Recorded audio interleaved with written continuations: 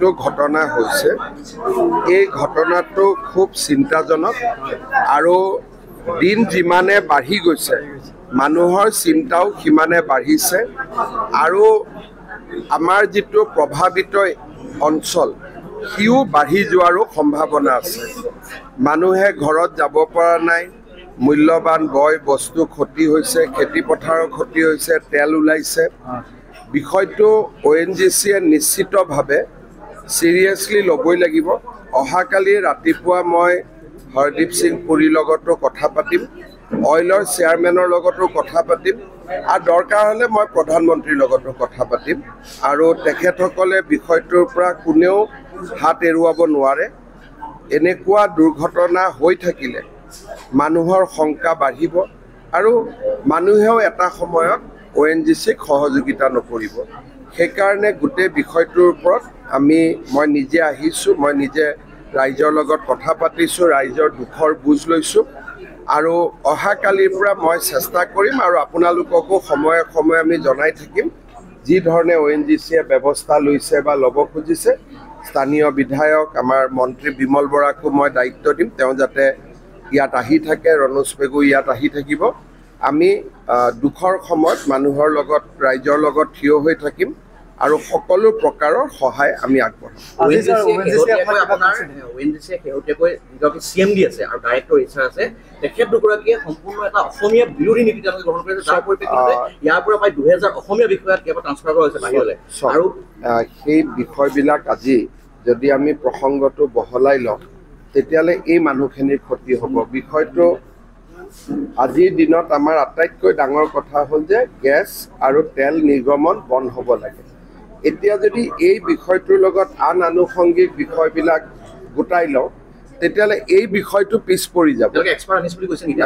তেওঁলোকে কৈছে এক্সপাৰ্ট আনিছে কিন্তু তেওঁলোকৰ লগত এইটো পৰ্যায়ত মই কথা পতাটো উচিত নহয় মই ONGC চেয়াৰমেনৰ লগত কথা পতাটো দৰকাৰ অহাকালি ৰাতিপুৱা মই তেওঁৰ লগত কথা পাতিম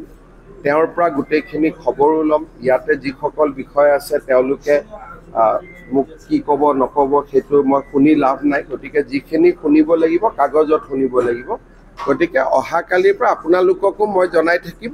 আৰু বিষয়টো মোৰ নজৰত থাকিব হাইয়েষ্ট প্ৰায়ৰিটিত থাকিব অগ্ৰাধিকাৰত থাকিব দুখৰ সময়ত ৰাইজৰ লগত আমি থিয় হৈছোঁ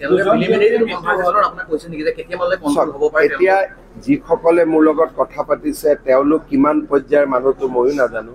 কিন্তু তেখেতসকলে এটা কথাই কৈছে যে অলপমান পজিটিভ চাইন হৈছে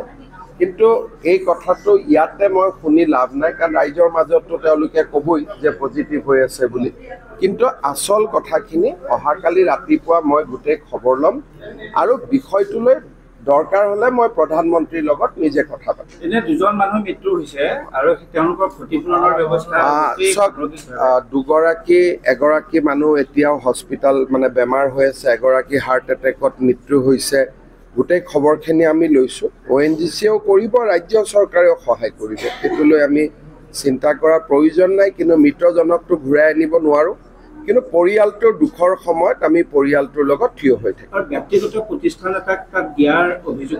দিছে আমাৰ SK পেট্ৰ বুলি আৰু তেওঁলোকৰ গেলেকীটো আগতে এনেকুৱা ঘটনা হৈছিল বুলি ৰাইজে কৈছে